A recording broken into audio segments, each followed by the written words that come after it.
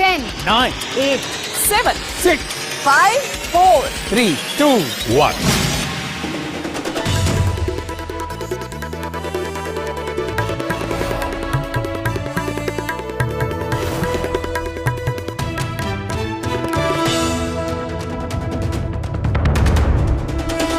स्वागत है आपका न्यूज 18 इंडिया पर, देश का सबसे असरदार और विश्वसनीय न्यूज चैनल। IBN 7 का अब है एक नया नाम, न्यूज 18 इंडिया, जहां खबरों में रफ्तार भी होगी और धार भी, जहां मुद्दे उठेंगे सिर्फ नतीजे तक पहुंचने के लिए, जहां परत दर परत सामने आएगा सच और खुलेगा झूठ का कच्चा चिट्ठा।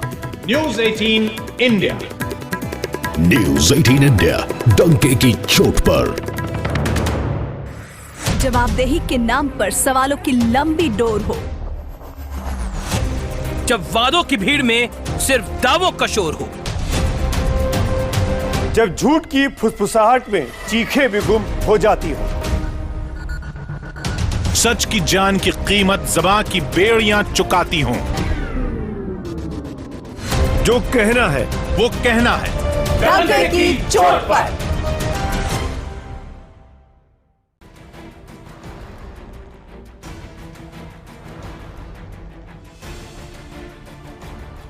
नमस्कार, मैं हूं अमीश देवगन और आप देख रहे हैं न्यूज 18 इंडिया। काले धन पर बड़ी सर्जिकल स्ट्राइक हुई है, लेकिन एक स्ट्राइक और जरूरी है पाकिस्तानी कलाकारों पर, क्योंकि आज हम इन पाकिस्तानी कलाकारों को बेनकाब करेंगे। इनकी काली करतूत का हम पर्दाफाश करने वाले हैं। हम आपको बताएंगे कि भारत में कमाई करने वाले ये पाकिस्तानी कलाकार कितने बड़े नमक हराम हैं। ये जिस थाली में खाते हैं उसी में छेद करते हैं। और आज सवाल उन लोगों पर भी उठेगा जो इनकी वकालत करते रहे हैं। और यकीन मानिए, ये खुलासा देखने के बाद हर देशवासी, हर भारतीय यही कहेगा, पाक कलाकारों भारत छोड़ो। न्यूज 18 इंडिया SIT की बड़ी रिपोर्ट।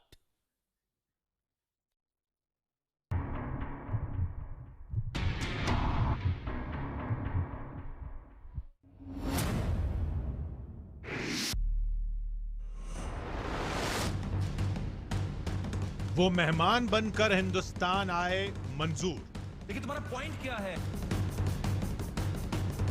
हिंदुस्तान में दौलत और शोहरत कमाई मंजूर, हिंदुस्तान पर हमले से नजरें चुराकर वतन लौट जाएं, यह भी मंजूर, लेकिन हिंदुस्तान में खाकर हिंदुस्तान की थाली में छेद कर जाएं, यह कैसे मंजूर?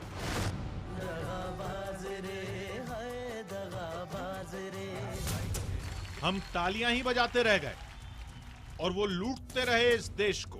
हमारे दिल में घंटियां बजाने के लिए मैंने एंट्री नहीं मारी है। हम मेहमान को भगवान ही समझते रह गए और वो शैतान बनकर खेलते रहे इस मुल्क से। अगर ज्यादा खौफ करने लगेंगे तो कुछ कर नहीं पाएंगे। आज देखिए कैमरे में कैद पाकिस्तान के कई एहसान फरामोशों का चेहरा, जिनकी फिल्में आज भी हिंदुस्तानी पर्दे पर हैं। ये अली कौन है? मेरी तबाही। जिनके सुर आज भी हमारी ज़बान पर हैं।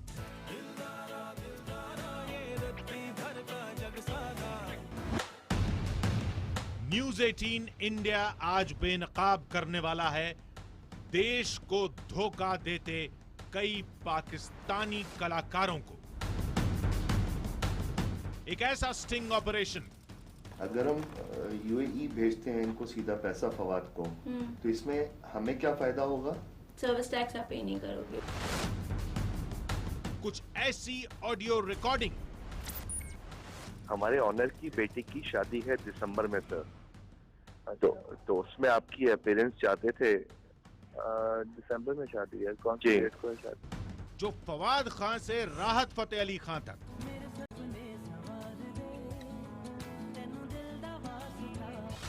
शफकत अमानत अली से मावरा हुसैन तक, पाकिस्तान के तमाम बड़े कलाकारों की नीयत बेनकाब कर देगा। एक खुलासा जो इन कलाकारों पर मर मिटने वालों की आंखें खोल देगा। जो इनकी अदाओं पर बिछ जाने वालों को झकझोर कर रख देगा, जो सोचने पर मजबूर कर देगा कि क्या हमें पाकिस्तानी कलाकारों के नाम पर ऐसे ही खिलाड़ियों की जरूरत है। आज देखिए और खुद फैसला कीजिए कि ऐसे मेहमानों से क्या सलूक किया जाए।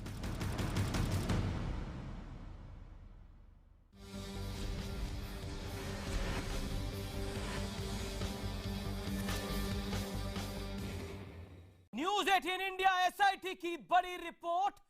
जिनकी आवाज पर हम तालियां बजाते रहे, जिनकी एक्टिंग की हम तारीफ करते रहे, वो हमारे देश में बैठकर हमसे ही धोखा करते रहे। ये वो एहसान फरामोश पाकिस्तानी कलाकार हैं जो हमारी थाली में खाकर उसी में छेद करते रहे। और लिस्ट कोई छोटी मोटी नहीं, फवाद खान से लेकर राहत फतेह अली खान तक तमाम पाकिस्तानी कलाकारों को आज न्यूज 18 इंडिया का खुफिया कैमरा बेनकाब करके रख देगा। शुरुआत करते हैं एक बड़े नाम से, शफकत अमानत अली से। जरा देखिए इस पाक कलाकार की काले धन वाली बड़ी कलाकारी, देखिए और रिएक्ट करिए। हैशटैग है न्यूज 18 इंडिया एक्सपोजे।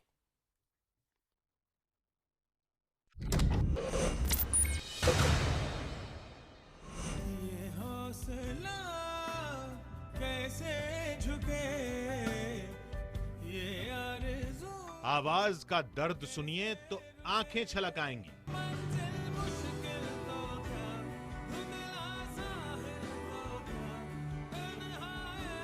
लेकिन सीने का फरेब देखेंगे तो रो ही पड़ेंगे आप।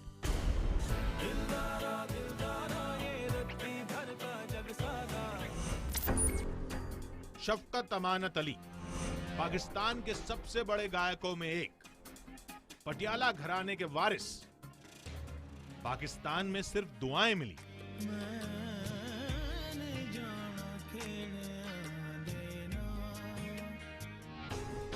मगर हिंदुस्तान में सलाम भी मिला। हिंदी फिल्मों में 50 से ज्यादा गाने मिले।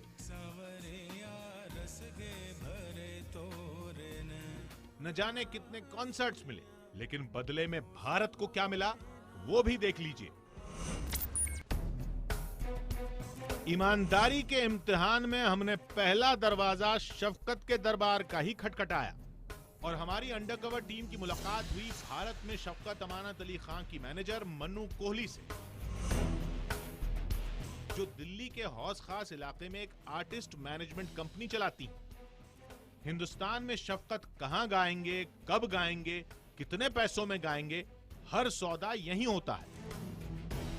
अपनी बनाई हुई कहानी के साथ हम मन्नू कोहली के दफ्तर पहुंचे।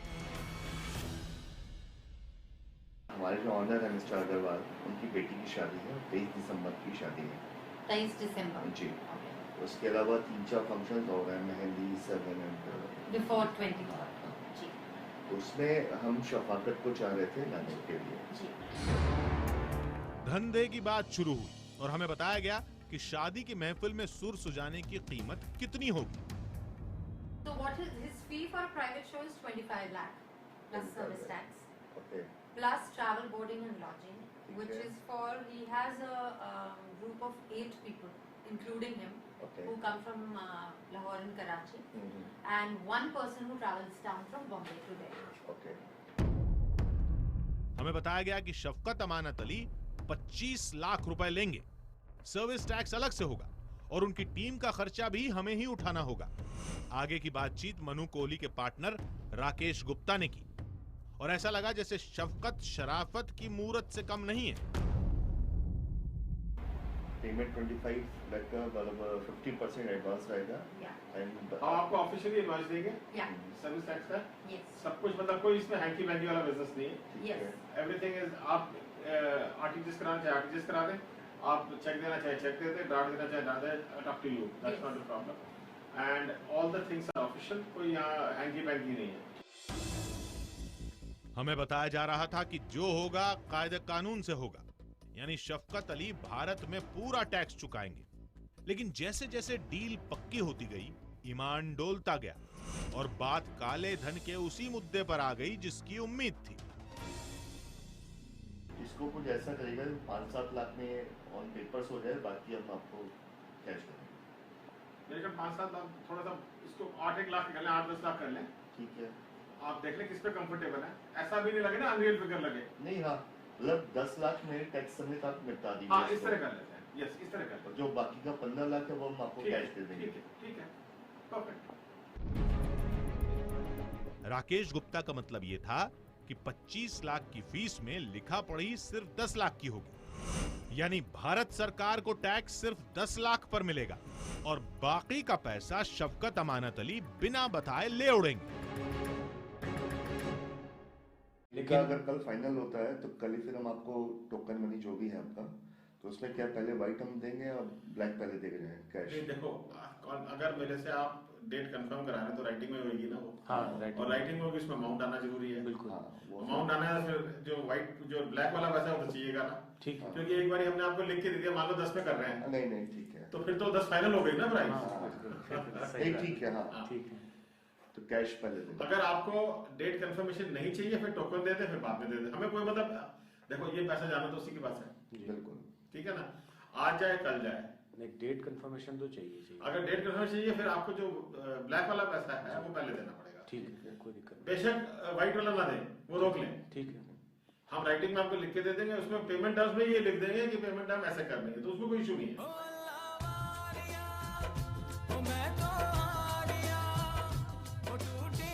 शफकत अच्छे कलाकार हैं, इतना तो पता था, लेकिन इतने बड़े कलाकार हैं ये नहीं जानते थे।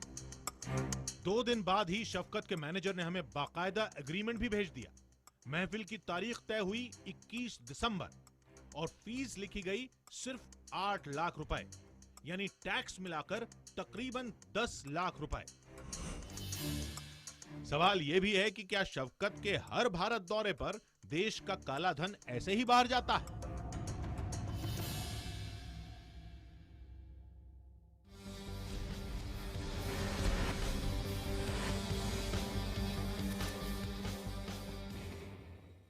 और आज इस बड़े खुलासे पर बड़े मेहमान भी होंगे बात करने के लिए, और अभी बड़ा खुलासा बाकी है। फवाद खान पर बड़ा खुलासा अभी बाकी है, जिसको सुनकर देखकर आप भी बोल उठेंगे ये क्या हो रहा है हमारे मुल्क में। और ये पाकिस्तानी कलाकार इसी मुल्क में रह के, यही काम करके, यही शोहरत पाकर किस तरह से हमारी मेहमान नवाजी का काला जवाब दे रहे हैं। मेरे साथ प्रबल प्रताप सिंह हैं, कंसल्टिंग एडिटर न्यूज 18 इंडिया के इस डिबेट में। मेरे साथ इस डिबेट में वागीश सारस्वत हैं, एमएनएस के नेता। मेरे साथ एसएन प्रसाद हैं, पूर्व इनकम टैक्स कमिश्नर आयकर विभाग के। मेरे साथ तारिक पीरजादा जुड़ेंगे, रक्षा विशेषज्ञ पाकिस्तान के। मेरे साथ इस डिबेट में अभिजीत भट्टाचार्य जुड़ेंगे, जो कि गायक हैं बॉलीवुड से। मैं प्रबल प्रताप सिंह सबसे पहले आपका रुख करता हूं, और मेरा बहुत सीधा सवाल, बड़ा सवाल, ये स्टिंग ऑपरेशन करने की जरूरत क्यों थी?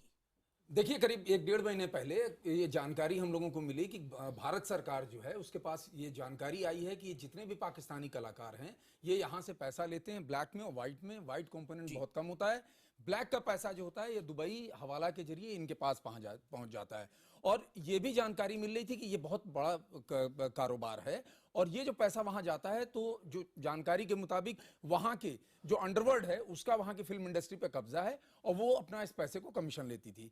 चूंकि पाकिस्तान से ऐसे रिश्ते रहे तो सरकार इस दिशा में सोच रही थी कि कैसे इसको रोका जाए, फाइनेंशियली उस ग्रुप को हम चोट पहुंचाएं, क्योंकि अगर वो पैसा अंडरवर्ल्ड के पास आ रहा है तो कहीं ना कहीं दोबारा उसका भारत विरोधी गतिविधियों में इस्तेमाल होगा। ये जब जानकारी मिली तो फिर एसआईटी की जो टीम थी उसने उस जानकारी को फॉलो किया, और फिर जो है एक एक करके खुलासा आया। लेकिन ये बात जानकारी पुख्ता है, और जो उसका वॉल्यूम है, वॉल्यूम बहुत बड़ा है। अगर आप इनके परफॉर्मेंसेस देखें, ये एक साल में कितनी बार आए हैं। अगर आप मान लीजिए 50 परफॉर्मेंस भी आपने हिंदुस्तान में की है, और 50 परफॉर्मेंस में आपने 15-15 लाख रुपए पर परफॉर्मेंस के हिसाब से कर दिया, 7.5 करोड़ रुपए आप ले गए।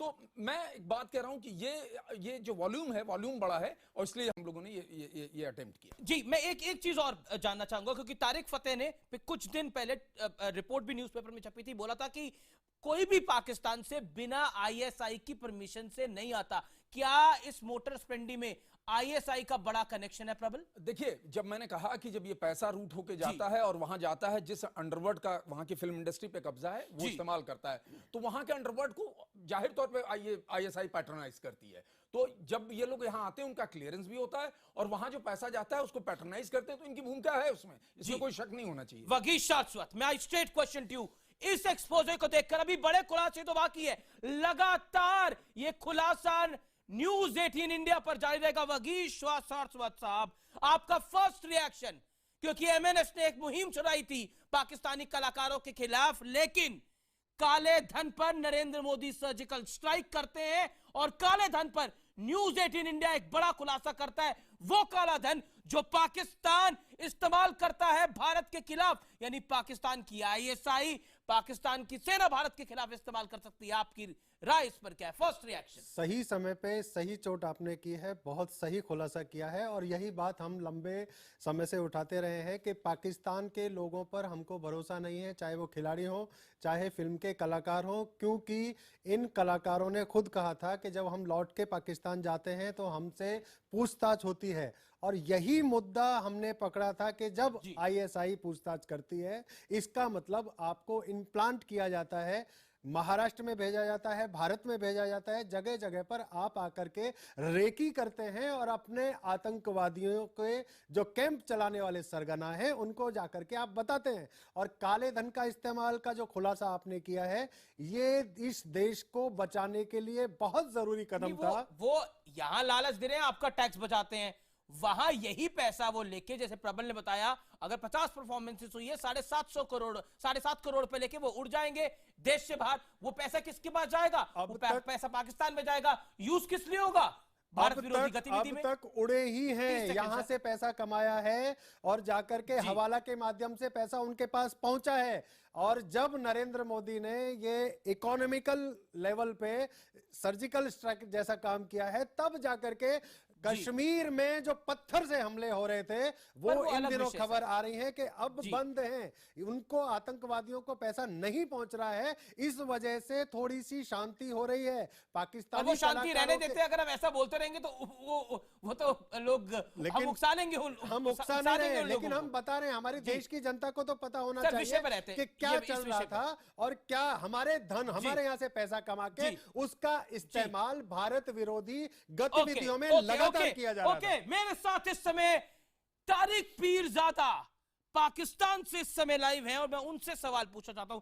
पीरजादा साहब, आप काफी कुछ कहते हैं, लेकिन आज एक स्टिंग ऑपरेशन न्यूज 18 इंडिया ने रिवील करा है, पाकिस्तानी कलाकार भारत में आकर काम करने को तैयार है और कह रहे हैं कि आप हमें एक एक्स अमाउंट जो है वो ब्लैक मनी के रूप में दे दीजिए। क्या आपको लगता है ये एक रैकेट है आईएसआई का, पाकिस्तानी कलाकारों का, जिसको देश हित में, राष्ट्र हित में न्यूज 18 इंडिया ने एक्सपोज कर दिया है? आपकी हर वो जगह जहां से आपको भारत के खिलाफ मुहिम चलाने से का फायदा मिलता है उस पर अटैक हो रहा है। कितना असहज या कितना कमजोर अपने आप को आप महसूस कर रहे हैं सर? तारिक अमीश, जो बात आपने अभी कही है, अगर आप एक सेकंड के लिए उस पर गौर फरमाइए तो आपको महसूस होगा कि आपने जो बात की है उसमें खुद एक कॉन्ट्रडिक्शन और तजाद है। अगर यहाँ से कोई कलाकार जा रहा है और वो आपसे कह रहा है कि काला धन बनाकर दे दीजिए हमें, तो इसका मतलब है कि आपके यहाँ काला धन होता है। नंबर एक, पहली बात ये है। दूसरे, आपके जो रॉ के लोग हैं वो कलाकारों के साथ यकीनन काम करते होंगे मिलकर और यहाँ उन्हें एजेंट की सूरत में दोबारा भेजते होंगे, क्योंकि हम अगर आपके पास ये कहकर किसी को भेजें कि जाइए वहां से काला धन मांगिए, तो इसकी कोई अक्ल जो है वो बात नहीं मानती इस बात को। तो इल्जाम लगाने से पहले आप थोड़ा सा सोच कर इल्जाम लगाइए। हम तो सोच समझ कर हम तो दिखा रहे हैं, सच को आज क्या ओके, साज को आज के प्रबल आप कुछ कहना चाह रहे थे? मैं ये कहना चाह रहा था कि देखिए वो डिनायल मूड में रहेंगे हमेशा, वो कभी नहीं मानेंगे आप उनके यहाँ काला पीला नीला कोई दलील भी है, वो मानेंगे नहीं, लेकिन ये हकीकत है। आप जब बोल रहे थे मैं चुप सुन रहा था, अब आप मुझे भी सुने। आप ये हकीकत है और ये हकीकत हमने कैमरे पे दिखाया है। एक आप 25 लाख रुपए में से आप 40% अमाउंट व्हाइट में लेते हैं और 60% अमाउंट लेके जा रहे हैं, और उसके बावजूद आप कह रहे हैं कि रॉ एजेंट है, ये एजेंट है। बंद कर दीजिए आप यहाँ आना। अरे उसी पैसे से आप कमा रहे हैं, इसलिए आप वहाँ लोग भेज रहे हैं, और ऊपर से ये कहना कि आपके रॉ एजेंट उनको बुलाते हैं और ये काम करते हैं, अपने गिरेबान में झांकेंगे नहीं। सारी कलाकारों जो है कमजोरी यही नजर आएगी। कलाकारों को काला धन देकर हमारे खिलाफ इस्तेमाल करने की कोशिश कर रहे हैं। ये अच्छा, मतलब ओके, वागीश सारस्वत कुछ रिएक्ट करना चाह रहे हैं। वागीश सारस्वत साहब, चलिए मैं बिल्कुल तू मैं के इस दौर में नहीं पढ़ना चाहता, क्योंकि आज मैं प्रूफ दे रहा हूं। हालांकि आपको प्रूफ देने का कोई फायदा नहीं है, लेकिन ये सबूत आपको बिठा के दिखाने जरूरी है।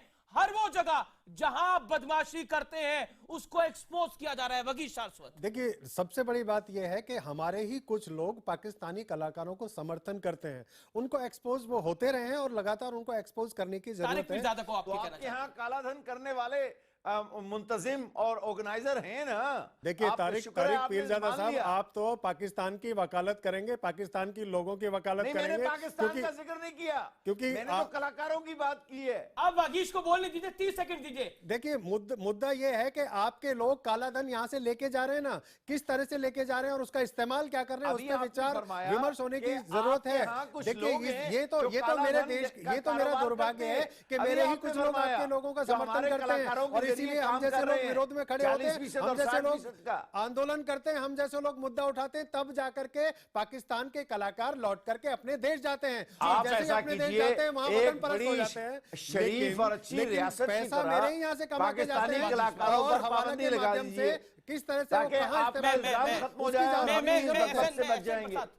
तारिक पीरजादा, मैंने आपको शुरू में गुजारिश करी थी, आप आराम से सुनिए, आप अपनी बात आराम से कहिए, फिर आप बीच में इंटरवीन करते हैं, फिर तमाम लोग रिएक्ट करते हैं। This is not fair in debate.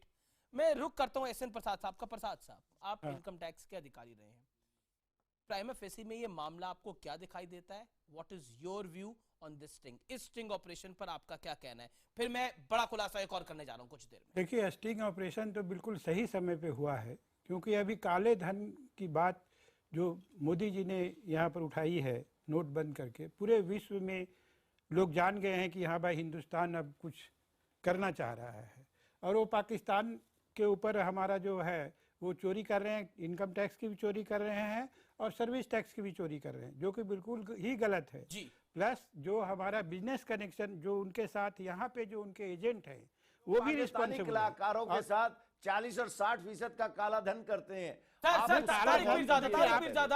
आपके यहाँ नहीं है क्या? आपके यहाँ तो 5000 का नोट ही है, 5000 का नोट है, हमारे यहाँ तो अभी 2000 का देता हूँ। तो आपके यहाँ तो पूरी इकोनॉमी है काले धन को डाइवर्ट कर रहे हैं। आप अपनी बात करिए। Tariq Pirzada, is audio down, Tariq Pirzada को ऑडियो डाउन करें सर। आप अपनी बात उनके कलाकार लोग कर रहे हैं और उनके जो यहाँ पर सपोर्टर हैं, जो एजेंट है और हमारे भी डायरेक्टर्स वगैरह हैं, वो बिल्कुल ही देश विरोध का काम कर रहे हैं और उनके खिलाफ में एक्शन होना चाहिए। इनकम टैक्स डिपार्टमेंट की तरफ से भी होना चाहिए और एक्साइज जी सरकार की तरफ से भी होना चाहिए। सरकार की तरफ से भी होना, सरकार मतलब इनकम टैक्स डिपार्टमेंट और एक्साइज डिपार्टमेंट जो कनेक्टेड पार्टीज है। और पाकिस्तानी कलाकारों को जो सजा तो मिलनी ही चाहिए, लेकिन उसके साथ सबसे बड़ी बात है कि जैसे इन्होंने हमारे सिंह साहब ने कहा कि हमारे देश के ही लोग उनके साथ दे रहे हैं जी। जो पर अभी क्योंकि हमारे साथ पाकिस्तानी सिक्योरिटी एक्सपर्ट बैठे हैं, मैं ब्रेक के बाद एक और बड़ा खुलासा करूंगा, लेकिन अभिजीत भट्टाचार्य आपका रिएक्शन लेना जरूरी है इस विषय के ऊपर। Your first reaction on this sting operation, इस स्टिंग ऑपरेशन पर जो न्यूज 18 इंडिया ने करा है उस पर आपका फर्स्ट रिएक्शन क्या है? क्या आपको लगता है पाकिस्तानी कलाकारों की ये काली करतूत अब सबके सामने आ रही है? अमीश जी, आप अपना स्टेटमेंट चेंज कर दीजिए। पाकिस्तानी कलाकार हमारे लिए एक यहाँ पे भीख मांगने आते हैं, उनके पास वहां पे कोई काम नहीं है। मैं 100 बार बोल चुका हूं, ये जो आप स्टिंग ऑपरेशन जो किया है इसमें मेन विलन है इंडियन लोग, इंडियन ऑर्गेनाइजर, इंडियन दलाल, देशद्रोही, इनके खिलाफ आप एक्शन लेना चाहिए। और मैंने पहले भी कहा था ये बात, काफी बार, आज से 10 साल पहले भी ये बात कही थी लेकिन किसी भी गवर्नमेंट ने, चाहे वो एनडीए की सरकार हो, चाहे वो यूपीए की सरकार हो, कभी कोई मुद्दा नहीं उठाया। आप देख लीजिए कितनी बेशर्मी के साथ आपके राहत फतेह अली खान को हवाला करते हुए रंगे हाथों पकड़ा गया एयरपोर्ट पे, और उसको छुड़ाने गए महेश भट्ट। उसके बाद फिर से वो आ रहे हैं और फिर से यहाँ पे प्रोग्राम कर रहे हैं। तो आप दोष किसको देंगे? आप पाकिस्तानियों को दोष मत दीजिए, वो तो बेचारे नंगे भूखे हैं, उनको 2 टुकड़ा मिलेगा, वो यहाँ पे आके खाना पीना शुरू कर देंगे। हमारे एजेंट लोगों को, हमारे एजेंट लोगों को जेल के अंदर डाल के थर्ड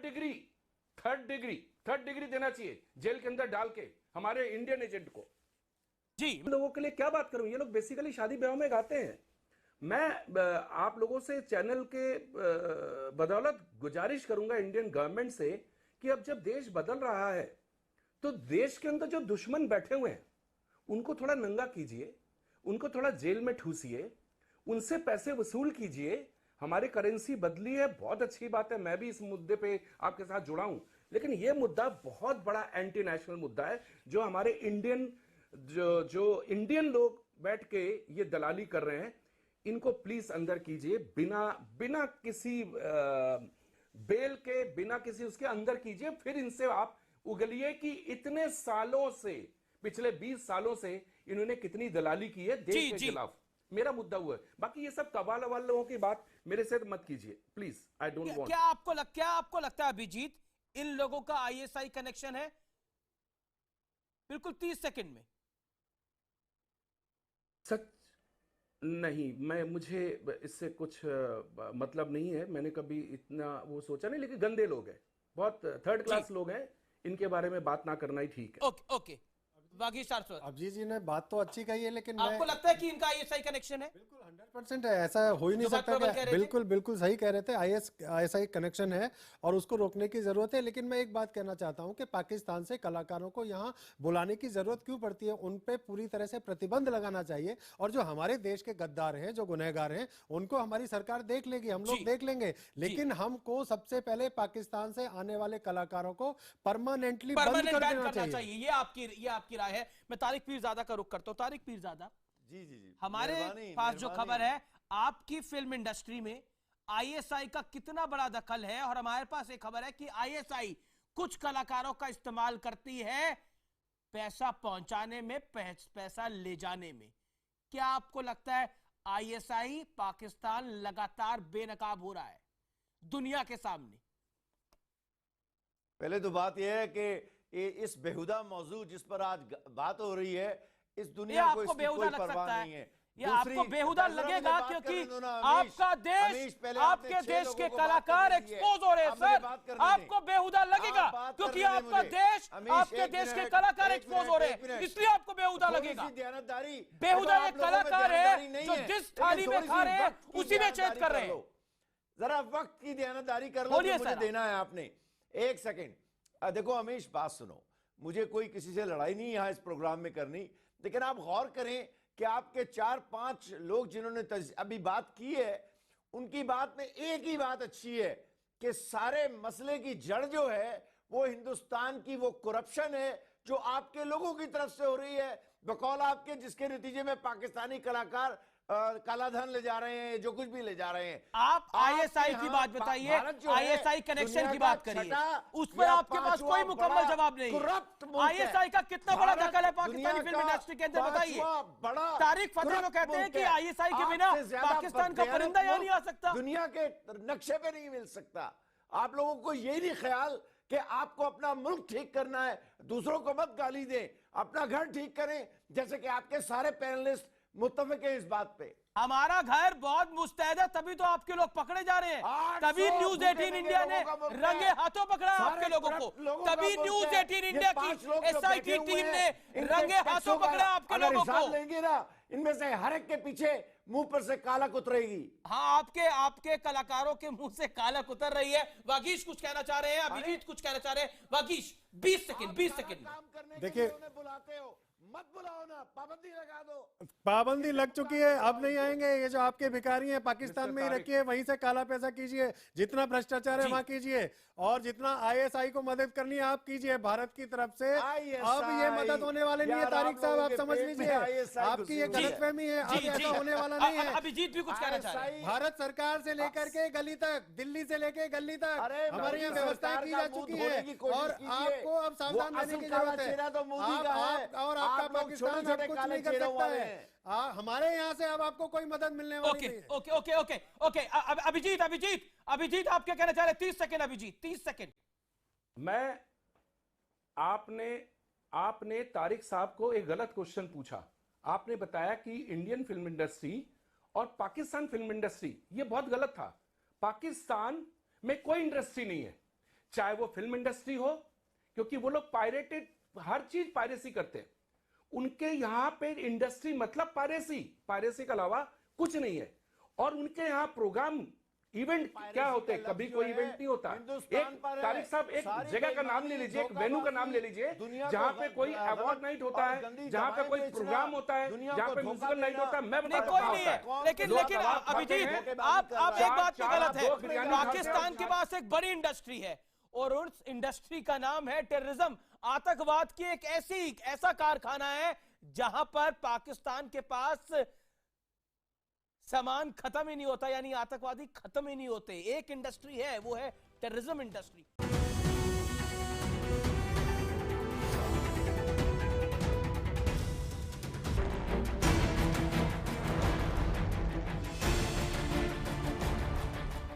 नमस्कार, न्यूज 18 इंडिया पर आप सबका स्वागत है। मैं हूं आपके साथ सुमित अवस्थी और आप देख रहे हैं अपना फेवरेट डिबेट शो हम तो पूछेंगे।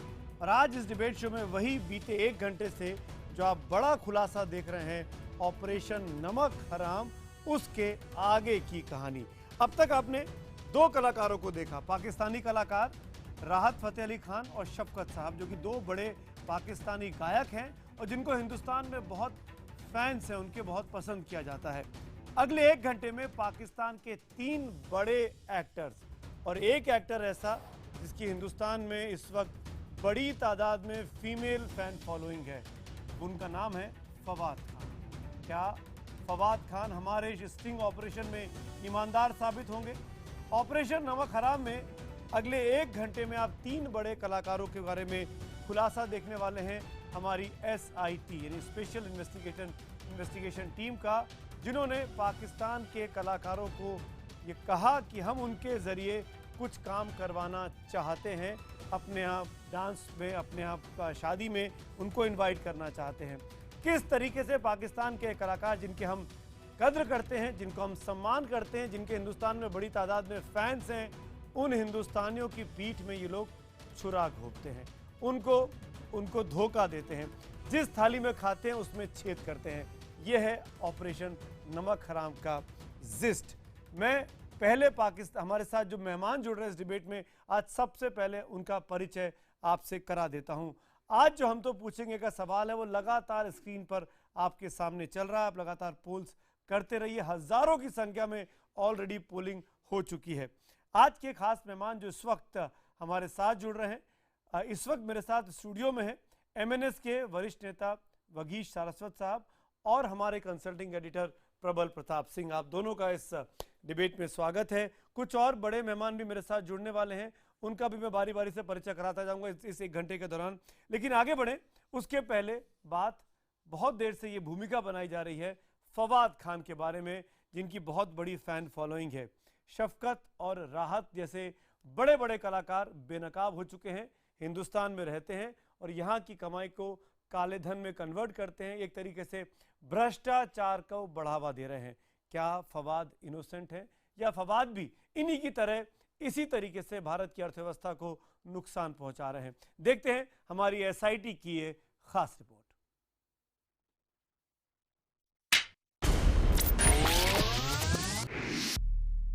अरे अभी तो पार्टी शुरू हुई है। पार्टी शुरू होने का ऐलान उन्होंने किया, अभी तो पार्टी शुरू हुई है। खत्म होने का हम कर देते हैं। फवाद खान पाकिस्तानी सुपरस्टार गाते हैं तो सुर बरसते हैं,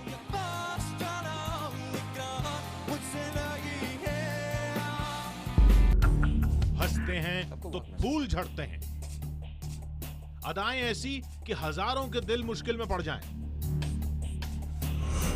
3 हिंदी फिल्में आ चुकी हैं। ये अली कौन है? मेरी तबाही। एक अब भी पर्दे पर है और 4 से ज्यादा कतार में। करता हूं तुमसे इंतजाम है। इतने सालों का रिश्ता हम दोनों के दरमियान इतनी आसानी से कैसे खत्म कर सकती हो तुम? लेकिन ये तारीफ तो आप भी जानते हैं। जो नहीं जानते वो ये कि दिल चुराने वाला ये पाकिस्तानी कलाकार हिंदुस्तान में पैसे भी चुराता है। फवाद की ईमानदारी को जांचने के लिए न्यूज 18 इंडिया की अंडरकवर टीम ने उनकी मैनेजर तोरल सोनी से फोन पर संपर्क साधा। तोरल मुंबई की एक मैनेजमेंट कंपनी में काम करती हैं। हमने तोरल को बताया कि हम एक प्राइवेट फंक्शन में फवाद खान की शिरकत चाहते हैं और मुंबई के एक 5 सितारा होटल में मुलाकात का वक्त तय हुआ। हमारी कंपनी तो आपने देखा ही होगा,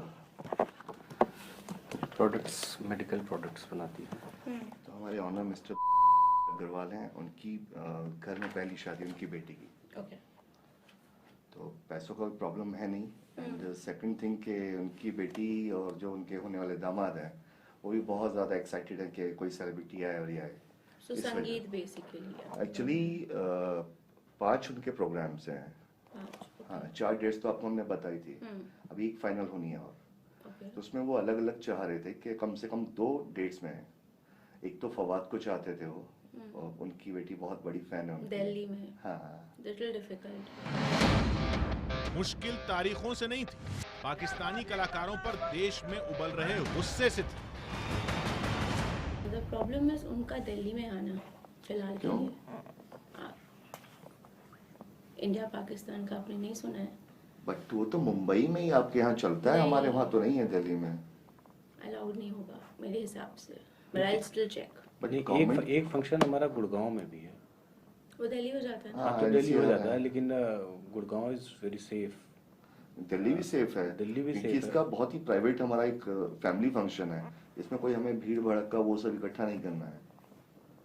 I'll check once। मुझे गवर्नमेंट ऑफिशियल तो आप हमें एस्टिमेट भी दे दीजिए। एस्टिमेट मैं आपको दूंगी। पैसों की बात छिड़ी तो मुंह में पानी उतर आया। इनकार इकरार में बदल गया। शादी की महफिल में फवाद खान के चंद घंटे ठुमकने की फीस बताई गई 50 लाख रुपए और उनके ग्रुप का खर्चा मिलाकर तकरीबन 1 करोड़ रुपए। पेमेंट का बता दीजिए हमें, क्योंकि पेमेंट कैसे कैश में बड़ा प्रॉब्लम हो जाएगा पूरा का पूरा। मतलब वाइट मैं मान के चलता हूँ 60-70 अगर लैख भी होता है एक इंसान का, अगर एक इंसान का, तो 70 प्लस ग्रुप का मैं मान के चलता हूँ 70-80 जो भी है आपका, तो इतना वाइट में प्रॉब्लम रहेगा हमारे। ग्रुप का तो आपका सीआरएस में जाएगा जो भी है वही कह रहा हूँ, वाइट में प्रॉब्लम रहेगा। तो हम परसेंटेज डिसाइड कर सकते हैं ना। मैं अभी आपको क्या दूंगी, आपको मैं ओरिजिनल कॉस्ट दूंगी, फिर हम ऑब्वियसली वो राइटिंग में नहीं लेते किसी से भी। आप फोन करके मुझे बता सकते हो परसेंटेज का, खाली परसेंटेज बता सकते हो, कैलकुलेट में अपने हिसाब से कर सकते हो। नहीं, फोन पे ये सब बातें नहीं हो तो बेहतर है। करेक्ट। तो अगर आप मुझे 25% बोलते हो, I can take it any which ways, na, advance or anything. So I can calculate 25% out of that whole percent, and I can know this much you want to go in black and that the rest is white. Okay. Then what we decide. मतलब ये था कि फवाद खान को मिलने वाली रकम का 25% भुगतान ब्लैक में होगा। बातचीत आगे बढ़ी तो फवाद के मैनेजर ने बताया कि भारत में टैक्स बचाने का एक और तरीका है, वो ये कि पैसे सीधे फवाद खान के यूएई वाले अकाउंट में जमा कराए जाएं। अगर हम यूएई भेजते हैं इनको सीधा पैसा फवाद को, तो इसमें हमें क्या फायदा होगा? सर्विस टैक्स आप पे नहीं करोगे, वो आपको यूएसडी में रेज करेंगे इनवॉइस। अच्छा, लेकिन जाएगा ये हमारे अकाउंट से ही सीधा? आपके अकाउंट से जाएगा और वहाँ पे यूएसडी कन्वर्जन होके जाएगा उनके वहाँ पे। ओके। आपका सर्विस टैक्स बचेगा because you're hiring a person who's a non-resident who's coming to a place which is not his country and he's doing it. So this money is not even taxable for him यहाँ पे. So it works both ways. अच्छा, उसको भी फायदा है, उसको इसका कोई यहाँ पे टैक्स नहीं पे करना होगा. No, Dubai is a tax-free country. यानी फवाद भारत आएंगे, भारत में पैसा कमाएंगे और बिना टैक्स चुकाए वापस चले जाएंगे. तोरल सोनी ने तो हमें दिवाली वाला बम्पर ऑफर भी दिया कि डील जल्दी फाइनल करो तो फवाद को मिलने वाले काले धन की रकम और भी ज्यादा बढ़ाई जा सकती है. तो एक काम करते हैं, आई थिंक द स्टार्टर्स आप मुझे ईमेल दे दो, मैं आपको कोटेशंस देती हूँ, उनकी भी और ये ड्रीम टीम की भी, आप चेक करो, आप मुझे बताओ कैसे करना है. इन द मीनवाइल अगर आप मुझे बोलते हो 25-30% एग्जाम्पल, आप खाली परसेंट मुझे फोन पे बोलो, आई टॉक इंटरनली पॉसिबल है. ये वाला जो ब्लैक वाला है, हाँ जी, जितना 25 है तो ये 25% ब्लैक हुआ. मतलब हम 25 भी बोलेंगे फिर. आप समझे, मैंने एग्जाम्पल है, मुझे कोट ना करो, मुझे नहीं पता, हमारे को ज्यादा अलाउड नहीं है. मैं कह रहा हूँ हम जो टेलीफोन पे अगर बोलेंगे 25-30 ऐसे ही बोलेंगे. जो आपको ब्लैक करना है वो परसेंट ही देना, बिकॉज इट्स बेटर, हम बात नहीं करते फोन पे.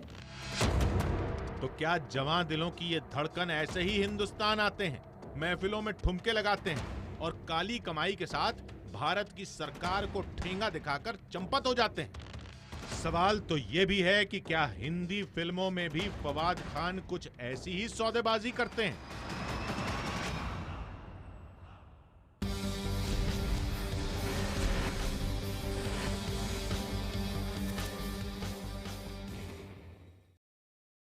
तो न्यूज 18 इंडिया की इस एसआईटी के इन्वेस्टिगेशन में यह साफ हो गया कि फवाद खान भी एक नंबर के करप्ट हैं. फवाद खान को भी काला धन चाहिए. फवाद खान को इसी हिंदुस्तान में जिसकी थाली में वो खाना खाते हैं उसी थाली में छेद करने में मजे मिल रहे हैं. फवाद खान जो कि जिनको कि हमारे हिंदुस्तान में बड़ा और उनको सर आंखों पर चढ़ाकर रखा जाता है. इसी मुद्दे पर बातचीत करना चाहूंगा. दो खास मेहमान हमारे साथ जुड़ गए. पहले उनका परिचय आपसे करा दूं. जाने माने मशहूर सिंगर अभिजीत मेरे साथ मुंबई से जुड़ गए हैं. अभिजीत, स्वागत है आपका न्यूज 18 इंडिया में. और साथ में अनिल शर्मा जी हैं, बहुत जाने माने प्रोड्यूसर हैं, डायरेक्टर हैं. आपका भी स्वागत है. और आपकी वो फिल्म हम भूल ही नहीं सकते जो सनी देओल के साथ आपने बनाई, गदर, जो कि पाकिस्तान को लेकर ही थी. और मेरे ख्याल से आज भी आपकी फिल्में पाकिस्तान में लगती हैं तो परेशान होती होगी उन लोगों को. लेकिन मुद्दे पे लौटता हूं. प्रबल सर, मैं आपसे पूछना चाहूंगा, पहला सवाल सीधा सा. एक नई चीज सुनी इनकी बातचीत में, वो ये कह रही हैं कि दुबई में सीधे पैसा भेज दो. तो ये क्या चक्कर है, दुबई क्यों? देखिए, उसमें क्या है कि अगर आप यहाँ पेमेंट करेंगे तो आपको सर्विस टैक्स देना होगा. अगर आपने दुबई में इनके अकाउंट में कर दिया ट्रांसफर और वो आपने ट्रांसफर किया, आपको खाली ये बताना होगा कि भाई ये मनी हमने किसको दी और जो उसकी आपकी लायबिलिटी बनती है वो आपने दे दिया. लेकिन इनका अपने भारत सरकार का जो 16.5% सर्विस टैक्स है वो पूरी तरह से चोरी हो गया.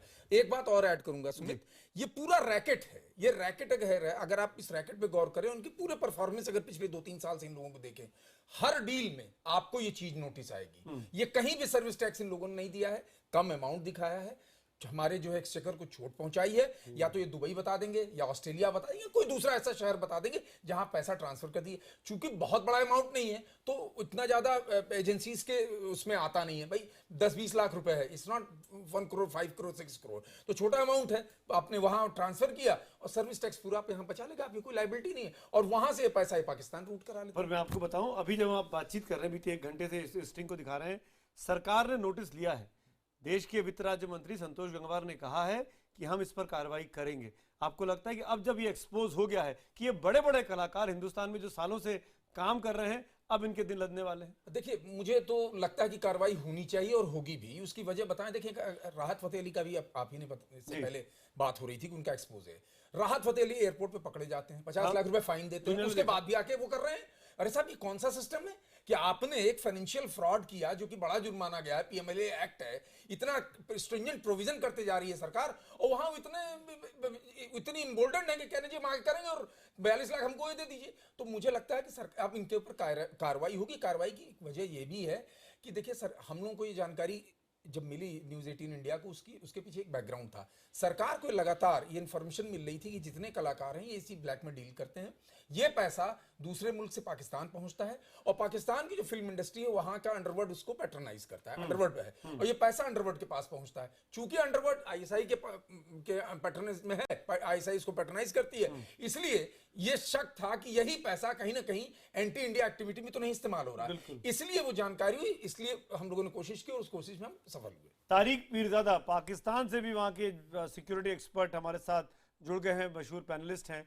तारिक साहब मैं आऊंगा लेकिन आपके पास, उसके पहले अनिल शर्मा मैं आपके पास आना चाहूंगा, क्योंकि आप प्रोड्यूसर भी हैं, आप डायरेक्टर भी हैं, आप इस तरह के कलाकारों को आपकी इंडस्ट्री क्या कहते हैं कि एक्सेप्ट भी करती है और उनको एक बड़े मुकाम पर लेके जाती है। इन परिस्थितियों में जब हिंदुस्तान की अर्थव्यवस्था को चूना लग रहा है, हमारे साथ गद्दारी हो रही है, अब क्या होना चाहिए? अनिल शर्मा। देखिए, ये जो अभी मैंने स्टिंग ऑपरेशन देखा, मुझे देख के कोई सच कहूँ तो कोई बहुत बड़ी हैरानी नहीं हुई, क्योंकि बहुत सारी जगह स्पेशली विदेश से जो भी आर्टिस्ट आते हैं, कई दफ़े ऐसी बहुत सारी घटनाएं घट जाती हैं, क्योंकि वो लोग इंडिया में रहते नहीं हैं, उनके पेमेंट्स बाहर हो जाते हैं। बहुत सारी जगह, बहुत सारे प्रोडक्शंस में ऐसी चीज़ें होती हैं। लेकिन एज़ फार एज़ बॉलीवुड का ताल्लुक़ है, एज़ फार एज़ बॉलीवुड के एक्टरों का ताल्लुक़ है, बॉलीवुड के डायरेक्टरों का ताल्लुक़ है, यहाँ के टेक्नीशियनों का ताल्लुक़ है, यहाँ पे कोई काला धन नहीं है। यहाँ पे सारी चीज़ें एकदम वाइट में पेमेंट होती हैं, सारा पेमेंट चेक से जाता लेकिन है। जो ये पाकिस्तानी कलाकार हैं जो कह रहे हैं कि 25%, 40%, 50% हमारे XYZ अमाउंट में भिजवा दीजिए आप, सुनकर मुझे इस पर आप क्या कहेंगे? क्या इनको अभी भी काम मिलना चाहिए? मैं इस पर ये कहना नहीं, मैं इस पर यही कहना चाहूँगा कि ये राइट नहीं है। वो अगर कलाकार हिंदुस्तान में काम करते हैं तो उनका ये नैतिक कर्तव्य बनता है कि वो यहाँ पर सारा पैसा वाइट में ले। जो सरकार, जो देश उनको काम दे रहा है, उस देश के साथ थोड़ी सी पॉजिटिविटी से काम आए, थोड़ी सी वफादारी से काम आए। ऐसा जिस मुल्क में आ रहे हैं वहां पे गद्दारी कर रहे हैं।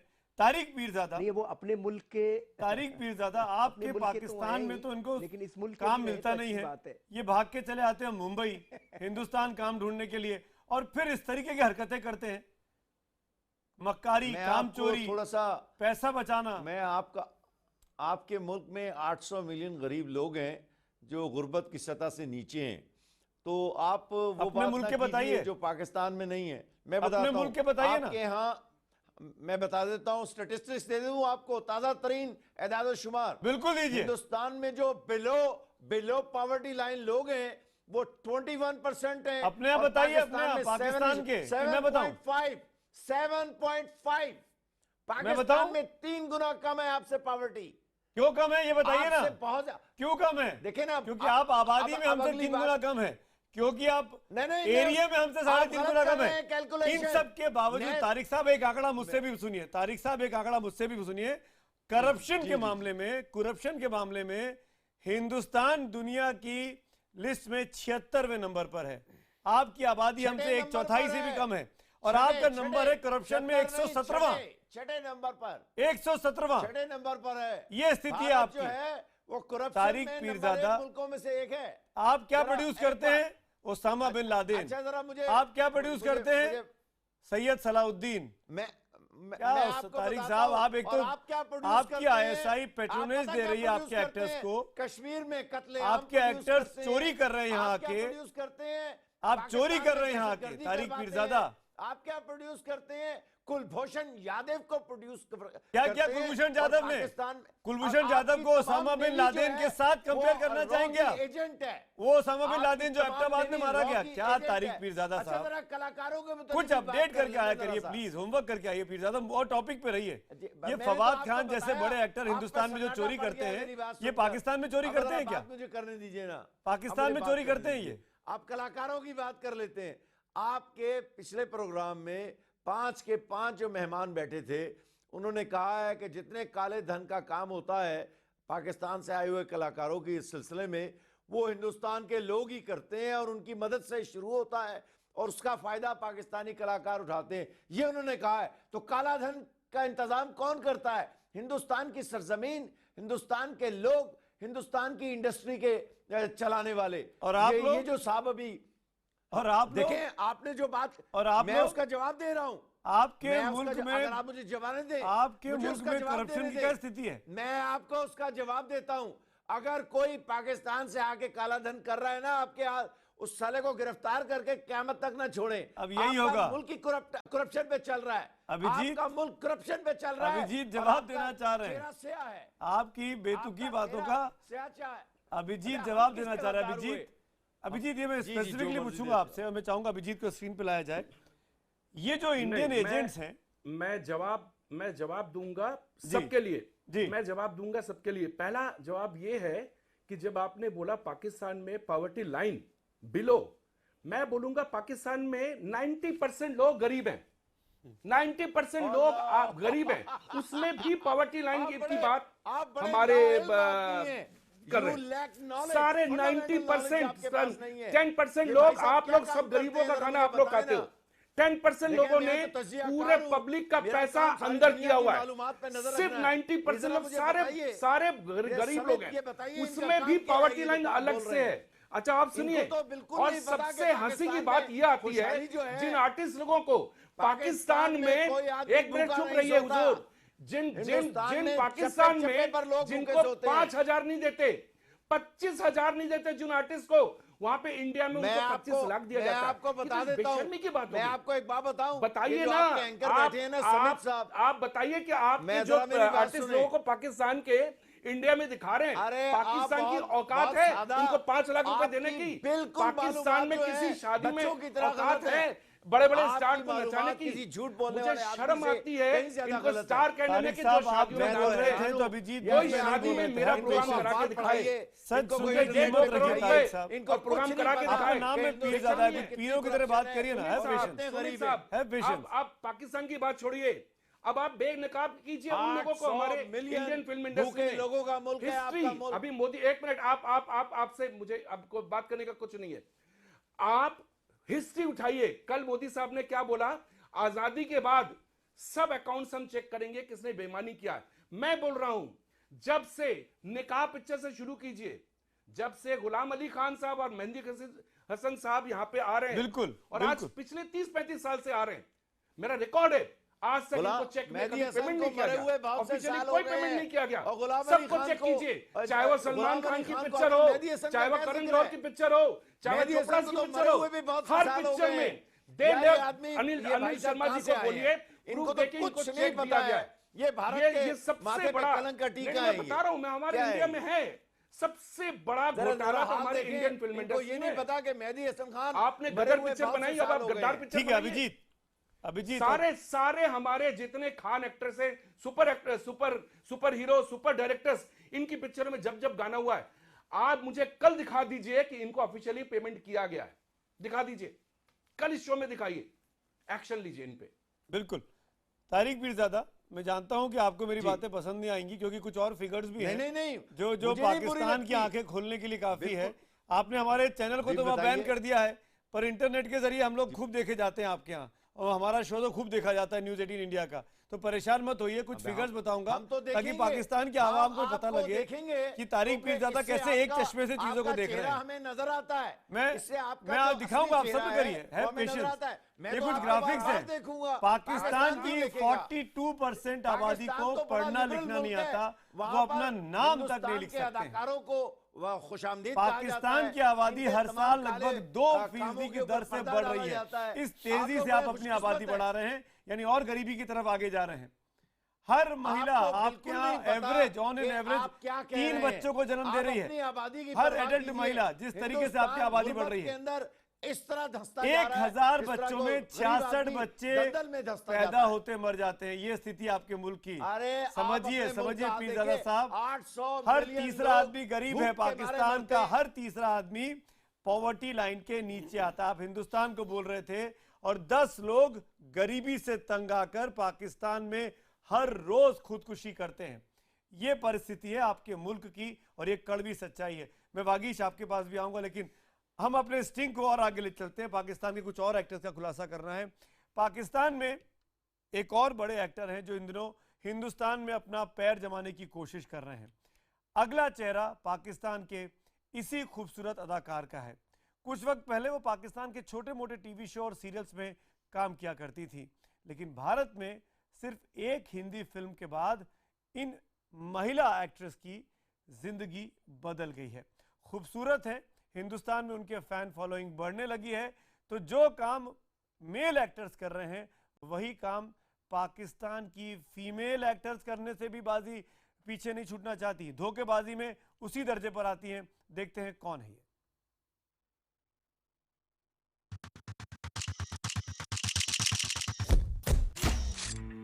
जानते हैं इन्हें? पाकिस्तान में भी कोई नहीं पहचानता था, लेकिन तब तक जब तक कदम हिंदी फिल्म जगत में नहीं पड़े थे। मावरा हुसैन, पाकिस्तानी अदाकारा, 3 हिंदी फिल्में साइन कर चुकी हैं और सनम तेरी कसम नाम की एक फिल्म इसी साल रिलीज भी हो चुकी है। यानी जो पाकिस्तान में नहीं मिला वो हिंदुस्तान ने दिलाया। लेकिन कौन जानता था कि ये हुस्न जितना आशिकाना है उतना शातिराना भी। शादी के समारोह में मावरा की मौजूदगी के लिए हमारी अंडरकवर टीम ने पाकिस्तान में उनके मैनेजर हसन चौधरी से फोन पर संपर्क किया, लेकिन चंद मिनट की बातचीत में ही मावरा के मैनेजर ने फीस के नाम पर बड़ा सा मुंह खोल दिया। ठीक है सर, इसका जो मैरिज फंक्शन है उसमें 2 घंटे का अपीयरेंस हो जाए 23 ऑफ दिसंबर। तो सर कैसे कहाँ बातचीत हो पाएगी, क्योंकि आप तो शायद अभी पाकिस्तान में अभी आप।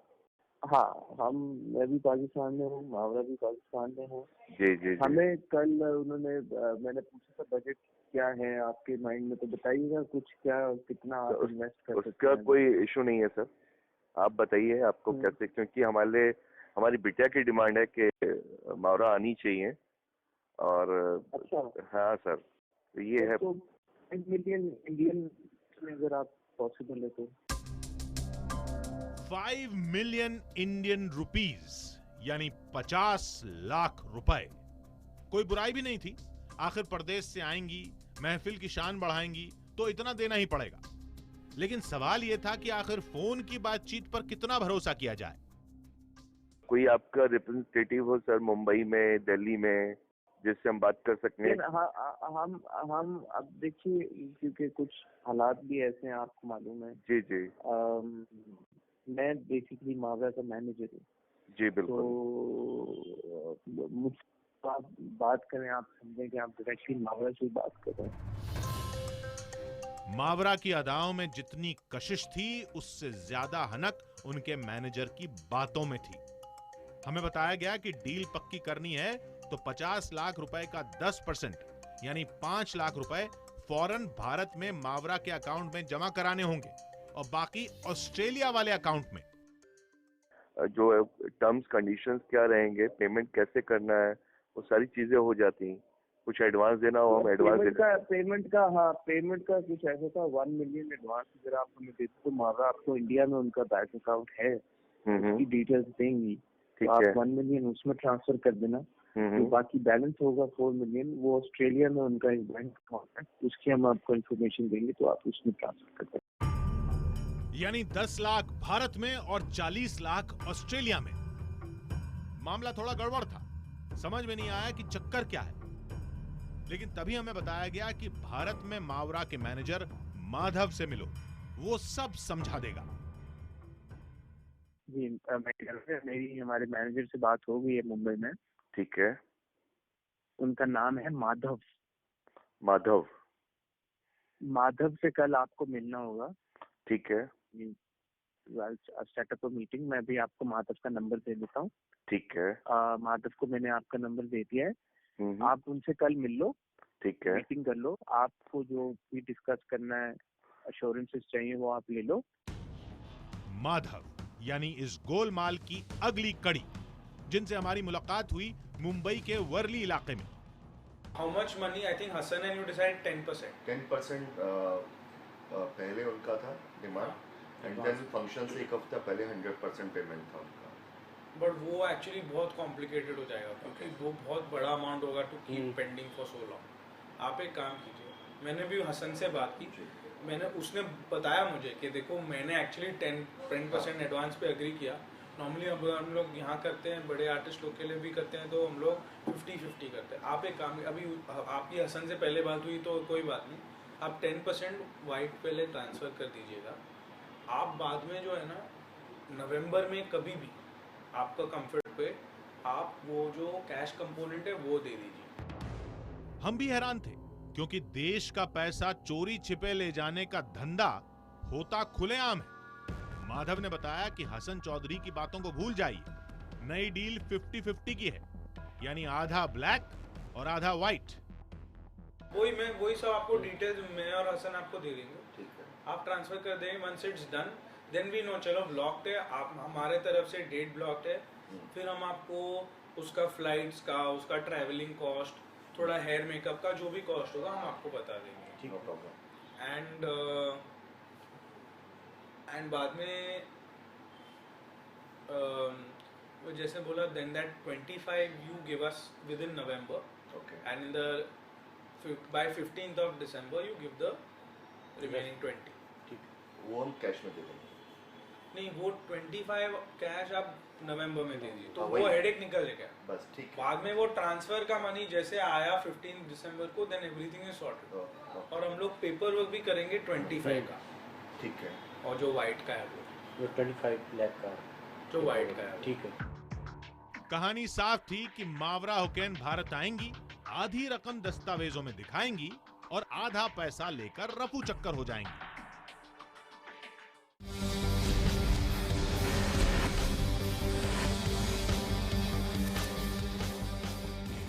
दिखा आपने, एक्टर तो एक्टर, एक्ट्रेस भी कम नहीं है। 50% खुलकर उनके मैनेजर मांग रहे हैं कि हमको ब्लैक में दीजिए, यानी 50 लाख की फीस में अगर वो आपके कार्यक्रम में आ रही हैं तो 25 लाख उनको कैश चाहिए, वो भी कार्यक्रम होने के पहले ही।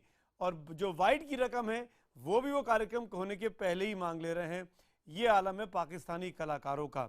वागीश सारस्वत मेरे साथ है। वागीश, मैं आपसे एक क्विक रिएक्शन लेना चाहूँगा, क्या होना चाहिए इन लोगों पे? सरकार कह रही है कि हमारे नोटिस में आ गया, हम एक्शन लेंगे, पर ये पाकिस्तानी कलाकार तो अभी भी कई फिल्मों में काम कर रहे हैं, उनको शूटिंग करनी है आगे, कैसे होगा? नहीं, पाकिस्तानी कलाकारों को तो अब शूटिंग करने की इजाज़त दी नहीं जा सकती है। शूटिंग अगर मुंबई में हो रही है, महाराष्ट्र में हो रही है, तो कोई भी ऐसी स्थिति बन नहीं सकती कि अब वो शूटिंग करें। दूसरी बात यह है कि पाकिस्तानी कलाकार, पाकिस्तान के लोग, पाकिस्तान की हिमायत करने वाले लोग बिल्कुल उसी तरह से बिहेव कर रहे हैं कि चोर चोरी से तो जा सकता है, सीना चोरी से नहीं। गलतियां भी ये कर रहे हैं, हमारे लोगों को टूल बना करके इस्तेमाल भी ये कर रहे हैं, हमारे लोगों को ही फंसा रहे हैं। अगर वो मुद्दई नहीं है जो पाकिस्तानी कलाकार है, तो हमारे कलाकारों को, हमारे लोगों को, हमारे एजेंट्स को इस्तेमाल भी वही कर रहे हैं। अभी मैंने मावरा के बारे में देखा कि उसने माधव नाम के एक इंडियन आदमी को इस्तेमाल किया है।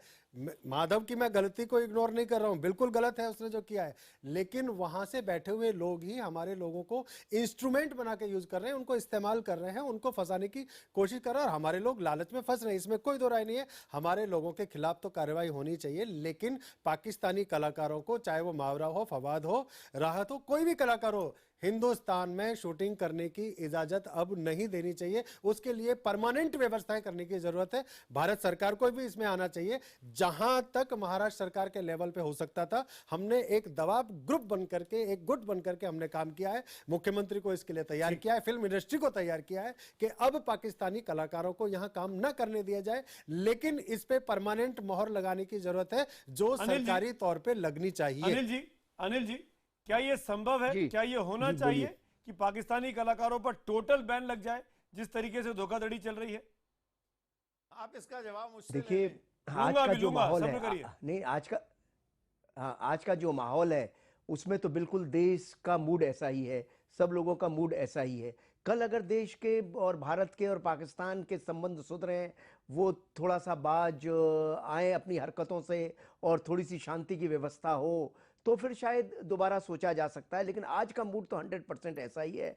और रही बात इसकी, जो मैंने अभी आपका थोड़ा सा मूड तो मैं तो बड़ा हैरान, थोड़ा सा मूड तो ये भी है कि अब जब उनकी पोल खुल गई है कि ये 100 रुपए में से 50 रुपए 60 रुपए ब्लैक में मांग रहे हैं, तब तो और उनके खिलाफ मूड बन जाएगा।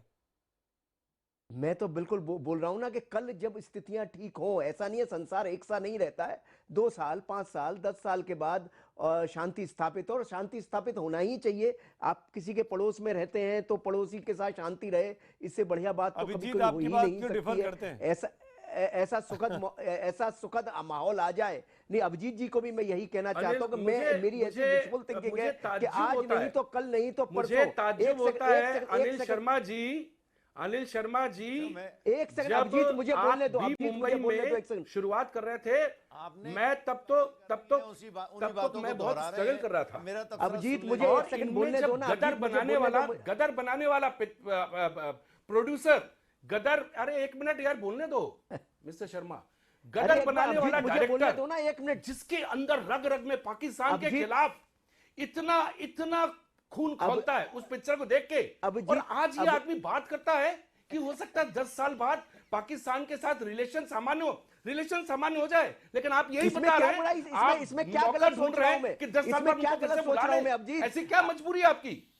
ऐसी क्या मजबूरी है? आप उनके साथ क्यों काम करेंगे? अभिजीत, आप क्यों काम करेंगे उनके साथ? नहीं रहे हो, गिव मी रीजन, अपनी बातें कर रहे हो, यू वर्क विद देम? नहीं रहे हो। दो व्यूज हैं अनिल जी, अभिजीत जी, आप दोनों के अपने अपने व्यूज। बारी मेरी थी और मैं दोनों व्यूज को रेस्पेक्ट करता हूँ। यही लोकतंत्र की खासियत है। तारिक पीरजादा, तारिक साहब, अनिल साहब, इन दोनों को खामोश कराएं। अनिल साहब एक मिनट, अनिल साहब नहीं चाहता है कि शांति हो, इसमें क्या गलत है? मैं ये नहीं कह रहा हूं कि पाकिस्तान के कलाकारों के साथ काम करना है या नहीं करना, ये मैं नहीं कह रहा। मैं ये कह रहा हूं कि जिसके पड़ोस में रहना है उसके साथ शांति और बिल्कुल अमन होना चाहिए, बिल्कुल होना चाहिए। ऐसी व्यवस्था बन जाए कि 10 साल 5 साल 15 साल दोनों के लिए बहुत अच्छा होगा। मैं शांति को यहाँ कुछ गलत नहीं कह रहा हूं मैं। अनिल जी, अभिजीत जी, एक मिनट। तारिक, मैं ये नहीं कह रहा हूं दारोमदार तारिक पीरजादा और उनके मुल्क का है कि वो अमन को कामयाब होने में कोई कोशिश करते दिखे। तारिक पीरजादा तो और उनके मुल्क ने तो जैसे ठान रखा है कि हम इस इलाके में इस पूरे आप सवाल कर रहे हैं सब कॉन्टिनेंट में शांति आने ही नहीं देंगे। तारिक पीरजादा जी, मैं उसका जवाब देता हूं। आप बरसगीर में सब कॉन्टिनेंट में शांति चाहते हैं। मैं आपको पूरी संजीदगी से, मेरी 63 साल की उम्र है, पूरी जिम्मेदारी से एक बात कहना चाहता हूं। पाकिस्तान और हिंदुस्तान को कश्मीर का मसला हल कर लेना चाहिए। अगर आप कश्मीर के मसले को हल नहीं करेंगे, we will remain enemy states, हम दुश्मन रियासतों के तौर पर बाकी रहेंगे, हमेशा जंगें होंगी। और ये जो आप बात कर रहे हैं ना कलाकारों की, कश्मीर मेरी तरफ से कलाकार जहन्नुम में जाएं, मुझे उनकी कोई हैसियत नहीं है। कश्मीर टेररिज्म नहीं दिखाई देता है, जहाँ पे हाफिज सईद जैसे लोग हैं, सैयद सलाउद्दीन है, दाऊद इब्राहिम जैसे लोग हैं। मुझे कौन से कश्मीर की बात कर रहे हैं आप? हम आपको नहीं छोड़ेंगे कश्मीर के बगैर। कश्मीर की बात कर रहे हैं आप? तुम्हारा है, हम कश्मीर की बात आपसे क्यों करें? वो लेना है हमको। मैंने आपको आपसे कश्मीर की बात हम क्यों करें? आप ताल्लुकात चाहते हैं तो कश्मीर, उसके तारिक बगैर पीरजादा 70 साल पहले पाकिस्तान हिंदुस्तान का हिस्सा था, और आपकी ये बातें प्रोवोक करती हैं कि हम दोबारा उसी तरफ जाएं।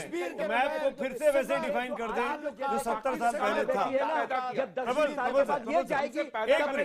अनिल जी निकालेंगे क्या? मैं प्रबल जी का जरूर चाहूंगा और के साथ बड़ी पिक्चर बात करना चाहूंगा। पाकिस्तान हमेशा डिनायल मोड में रहता है, ऐसा का कोई रोल नहीं है और उनको कश्मीर पर बात करनी है। लेकिन हम सब जानते हैं, चाहे वो फेक करेंसी हो, चाहे वो काउंटरफिट करेंसी हो, या टेररिज्म को बढ़ावा देने की बात हो, पाकिस्तान की इस एजेंसी ने हमेशा पेट्रोनेज दिया है। अब किस तरीके से उनको काउंटर किया जा सकता है? देखिए, 2-3 चीजें। पहला जो सबसे बड़ा कदम हुआ है फेक करेंसी, जो कि टेरर फंडिंग का एक सबसे बड़ा जरिया था, उसके लिए जो सरकार ने कदम उठाया है, 500 से 1000 के नोट जो बैन कर दिया उनका सर्कुलेशन, तो मुझे लगता है कि उससे उनको चोट पहुंचेगी। दूसरी बात, अगर ये जैसे कि मैंने पहले कहा कि ये अगर सरकार के पास जानकारी है कि जो फिल्में भी काम करने लोग आ रहे हैं वो पैसा रूट होके वहां जा रहा है और किसी न किसी तरह से इस्तेमाल हो रहा है, तो हमें लगता है कि एक वक्त है, सरकारों को कहना पड़ेगा कि नहीं भाई, अब वक्त आया है, अब इसे बंद करें। हम नहीं चाहेंगे कि आप कोई भी ऐसा कदम उठाएं जो कि हमारे लिए भारी। अरे भाई, आप एक्टिंग करिए, वाइट में पैसा लिए, टैक्स लीजिए, घर जाइए, आप अपनी जो कमाई उससे कमा के जिसको ज़कात देनी हो देते रहिए। लेकिन ये नहीं हो सकता ना कि आप यहाँ आइए, ब्लैक मनी में लीजिए, वहां जाइए, पता नहीं आपका ऐसा ही ले जा रहा है, तारिक पीरजादा ले जा रहा है, कौन जा रहा है किसी को पता ही नहीं, एंटी इंडिया एक्टिविटी के लिए इस्तेमाल हो रहा है। तो वो वक्त है, उसमें लगाम लगाई जाए। लोग हमारे लोगों को बता रहे हैं, तारिक पीरजादा साहब, काले धन के तौर पर। तारिक पीरजादा परेशान मत होइए, अभी एक और कलाकार बाकी है। तारिक पीरजादा सब्र करिए, है पेशेंस। एक और आपके कलाकार की पोल खोलने जा रहा हूं जो हमारे खुफिया कैमरे ने पकड़ा है। हिंदुस्तान में काम करने आ रहे हैं और यहां पर आकर अभी अभी आपने एक फिल्म आई है ऐ दिल है मुश्किल, उसमें फवाद खान के साथ एक और एक्टर दिखा आपने, इनका नाम इमरान है और ये जनाब भी कम नहीं है। अपने तमाम पाकिस्तानी साथियों की तरह ये भी ऑपरेशन नमक हराम में हिंदुस्तान के साथ नमक हरामी करते हुए रंगे हाथों पकड़े गए हैं। खुद उनके साथ बातचीत है, सुनिए। मोहब्बत बरसा देना तू सावन आया है। फ्लॉप ही सही, लेकिन बिपाशा बसु के साथ ये फिल्म न मिली होती तो ये चेहरा आज भी पाकिस्तानी टीवी सीरियल में आंसू बहा रहा होता। तेरे और मेरे मिलने का मौसम आया। पाकिस्तान के एक्टर इमरान अब्बास नकवी, बिपाशा बसु के साथ क्रीचर 3D, मुजफ्फर अली की जानिसार और ए दिल है मुश्किल में छोटा सा किरदार भी। बहुत कुछ मिला है हिंदुस्तान में, लेकिन इमरान अब्बास ये सब कुछ शायद मुफ्त में चाहते हैं। शादी की महफिल के न्योते के साथ हमारी अंडरकवर टीम ने सीधे पाकिस्तान में इमरान अब्बास को ही फोन लगाया।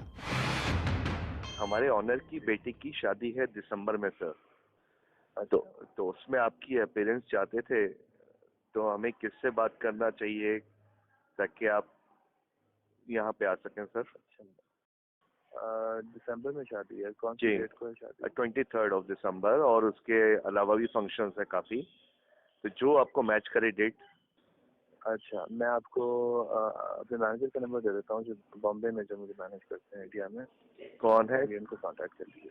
क्या नाम है सर? नाम है शिव शंकर। शिव शंकर का नंबर हमें इमरान ने ही दिया। बातचीत हुई तो पता चला कि शिव शंकर दिल्ली में है। अगले ही दिन दिल्ली के एक 5 स्टार होटल में मुलाकात का वक्त तय हुआ। हाँ जी बताएं। इमरान भाई से बात हुई थी हमारी, तब उन्होंने आपका दिया था। एक्चुअली हमारे जो ऑनर है कंपनी के, उनकी बेटी की शादी है। Who is the owner of your company?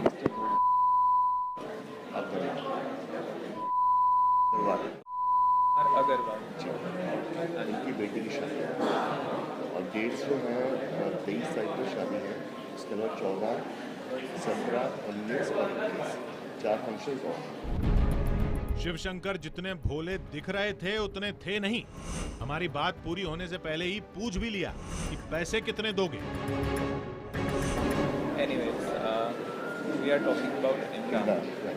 So what are you offering? तो आप बताएंगे सर क्या चार्जेस है क्या नहीं है, क्योंकि इमरान कुछ सिर्फ अपीयरेंस देंगे या कुछ परफॉर्म भी करेंगे? Performances, I don't think so. Appearance. कितने घंटे दे सकते हैं? That I'll have to check with him because his dates are jam-packed till April. इस बहानेबाजी के बीच इमरान अब्बास के मैनेजर ने साफ कर दिया कि एग्रीमेंट में सिर्फ मामूली रकम लिखी जाएगी और बाकी का पैसा दस्तावेजों में दिखाया ही नहीं जाएगा। एग्रीमेंट वगैरह कुछ बनेगा इसमें? कोई एग्रीमेंट वगैरह? Of course, there will be an agreement full value का तो नहीं बनेगा ना सर?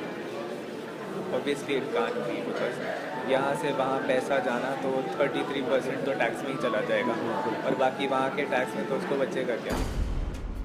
इमरान कितने पैसे लेंगे ये अब तक नहीं बताया गया, लेकिन इतना साफ कर दिया गया कि एग्रीमेंट सिर्फ 2 से 3 लाख का ही बनेगा, यानी भारत सरकार को टैक्स सिर्फ 3 लाख पर ही मिलेगा।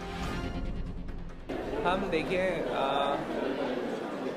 एग्रीमेंट जो रिटर्न करेंगे वो मोस्ट प्रॉब्ली शायद हम 1 लाख 2 लाख से ज़्यादा का तो नहीं कर पाएंगे, बाकी तो सब कैश में ही जाएगा।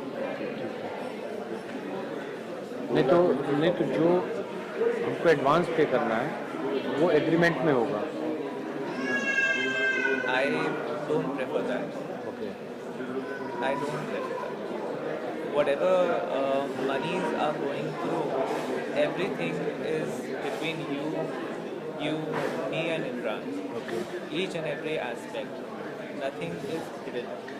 The only thing is I don't want to put a greater value on paper because that becomes a problem for you. लेकिन वैसे भी तो देखा जाए तो उनके लिए प्रॉब्लम होगी। अगर एक huge amount I'll tell you one thing, all these actors who are coming from there, they have their channels, how the monies are going to go. That we don't have to bother about that. हम हैरान थे कि आखिर काले धन की मोटी रकम इमरान वापस कैसे ले जाएंगे, लेकिन शिव ने बताया कि घबराने की जरूरत नहीं, उनकी पूरी सेटिंग है और ये सब कुछ उनका रोज का काम है। रही बात इमरान की फीस की, तो वहां मोल भाव की कोई गुंजाइश नहीं। एक थोड़ा सा टेंटेटिव अमाउंट बता दीजिए कि कितना, 25, 30, 35 जो भी है, मतलब जो एक्चुअली 2 आवर्स के प्रेजेंस के लिए मतलब क्या चार्ज करते हैं? नहीं मान के चल रहे हैं। उसमें अगर आप कहेंगे कि नहीं बढ़ेगा थोड़ा तो कोई दिक्कत नहीं, no issue. You can say maybe 35 lakh. तो 35 लाख में फिर कॉन्ट्रैक्ट जो साइन होगा वो कितने का करीब होगा? I already told. बस 2 लाख होंगे। वो तो फिर उनकी सिरदर्दी है, वो कैसे उसको टैकल करते हैं, कैसे लेके जाएंगे। 2 दिन बाद ही इमरान के मैनेजर ने हमें फोन पर ही एग्रीमेंट की कॉपी भेज दी। एग्रीमेंट वैसा ही था जैसा बताया गया था, यानी 35 लाख की फीस में भारत सरकार को दिखाए जाएंगे सिर्फ 3 लाख।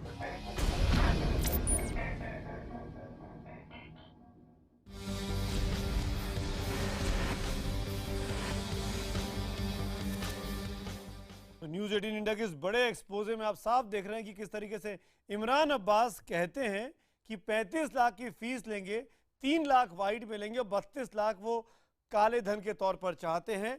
और सबसे बड़ी बात जो मैं पूछना चाहूँगा अभिजीत से, मेरे साथ जुड़े हुए हैं अभिजीत, सबसे बड़ी बात इस स्टिंग ऑपरेशन के उस हिस्से को जो अंडरलाइन में करना चाहता हूँ, उनका मैनेजर शिव शंकर ये कहता है कि घबराने की ज़रूरत नहीं है, उनकी पूरी सेटिंग है और ये सब कुछ उनका रोज का काम है, यानी पैसे को यहां से वहां ले जाना। मेरा आपसे सवाल यह है कि क्या ये कलाकार हवाला का काम भी कर रहे हैं, बोरे ले लेके बैग ले लेके जाते हैं यहां से? अभिजीत, मैं आपको बताता हूं, ये ज्यादा पुरानी बात तो नहीं है, करीब 10-12 साल पुरानी बात है। जी जी, मैं क्या नाम बताता हूं, बड़े श्रद्धा के साथ, जरूरत पड़े तो पैर भी छू लेता हूं क्योंकि बहुत बड़े गुनी आदमी हैं। पीरजादा साहब सुनिएगा, गुलाम अली खान साहब हमारे बगल में बिजनेस क्लास में बैठे हुए। मैंने कहा सर ये वाह क्या बात है, क्या बढ़िया डायमंड पहना है आपने। विश्वास कीजिए कुछ नहीं तो 15-20 लाख का वो डायमंड होगा, बड़ा इतना बड़ा कैरेट का। मतलब सब आप लोगों का प्यार है, दिल्ली में आते हैं, मुंबई में आते हैं, लोग प्यार से दे देते हैं। तो ये एक जरिया है पैसा हाथ में ले जाके पहनने का। बिल्कुल, कोई इधर दे देता, कोई इधर देता। तो ये बहुत शुरू से हो रहा है, पहले से हो रहा है। और पीरजादा साहब बहुत खुश हो रहे होंगे सोच के कि मैं अपने फिल्म इंडस्ट्री के बारे में बोल रहा हूं कि देखिए हमारी फिल्म इंडस्ट्री आपकी फिल्म इंडस्ट्री को बहुत हेल्प करती है, दान देती है कि आ जाओ यहां पे काम कर लो। लेकिन दुख की बात यह है कि जो उनको 3,000 नहीं देते वहां पे लोग, यहां पे हम लोग 30-30 लाख ऑफर करते हैं। शर्म की बात है। और ये जो हवाला है, जवाब दूं आज से 6-7 साल पहले मेरा ख्याल है राहत फतेह अली खान को पकड़ा एयरपोर्ट में। एक मिनट, राहत फतेह अली खान को एयरपोर्ट में रंगे हाथ पकड़ा, बगैर बातें किए जा रहे हैं। हद है और मुझे बड़ा लोग उनको अफसोस बुलाते हैं कि मैं उस प्रोग्राम का हमारे हिस्सा हूं, आप इसके खुश हो अंदर जाइए, बेशतर लोग मालूमात के बगैर बातें कर रहे हैं। मैं आप खुश हो जाइए, मैं अपने सुनिए आप खुश रहिए क्योंकि मैं अपने देश में पाकिस्तानी एजेंट के बारे में बात कर रहा हूं, जो हमारे देश में पाकिस्तानी एजेंट हैं। आप अपने उनकी देश बात के कर रहा हूं। काले धन वाले लोगों आप की खुश बात हो जाइए। कीजिए पहले। मैं माफी के साथ आप दोनों को टोक रहा हूँ, वक्त की कमी है मेरे पास, लेकिन ये बात तो बिल्कुल ठीक है। जो बात पाकिस्तानी कलाकार हिंदुस्तान में आकर हिंदुस्तान का जो गद्दारी कर रहे हैं उन पर तो लगाम लगनी ही चाहिए, लेकिन जो हिंदुस्तानी एजेंट उन पर इनकी मदद करते हैं उनको भी हम नहीं छोड़ने वाले हैं। हमारे रिपोर्टर, हमारे कैमरे उनके पीछे पड़े हैं और उनसे वाबस्ता होंगे, उनसे ये पूछा जाएगा कि वो क्यों वतन के साथ गद्दारी कर रहे हैं। तमाम पैनलिस्ट का इस डिबेट में, इस शो में मेरे साथ जुड़ने के लिए भी शुक्रिया अदा करूंगा, लेकिन जाने के पहले एसएमएस के नतीजे जरूर दिखाना चाहूँगा जो हमने सवाल आज देश की जनता से पूछा था और दुनिया भर से जवाब मेरे पास आ रहे हैं। हमारा आज का सवाल बहुत सीधा सा था कि काला धन को बढ़ावा देने वाले पाकिस्तानी कलाकारों पर बैन लगना चाहिए, बैन हो। हजारों की संख्या में एसएमएस आए हैं, 97% 97% हिंदुस्तान की आवाम ये कहती है कि इन पर बैन होना चाहिए और ट्विटर पर 95% लोग बैन करने की बात कर रहे हैं। ट्रांसपेरेंट पोल है, आप न्यूज़ 18 इंडिया की वेबसाइट पर जाकर इसको देख भी सकते हैं।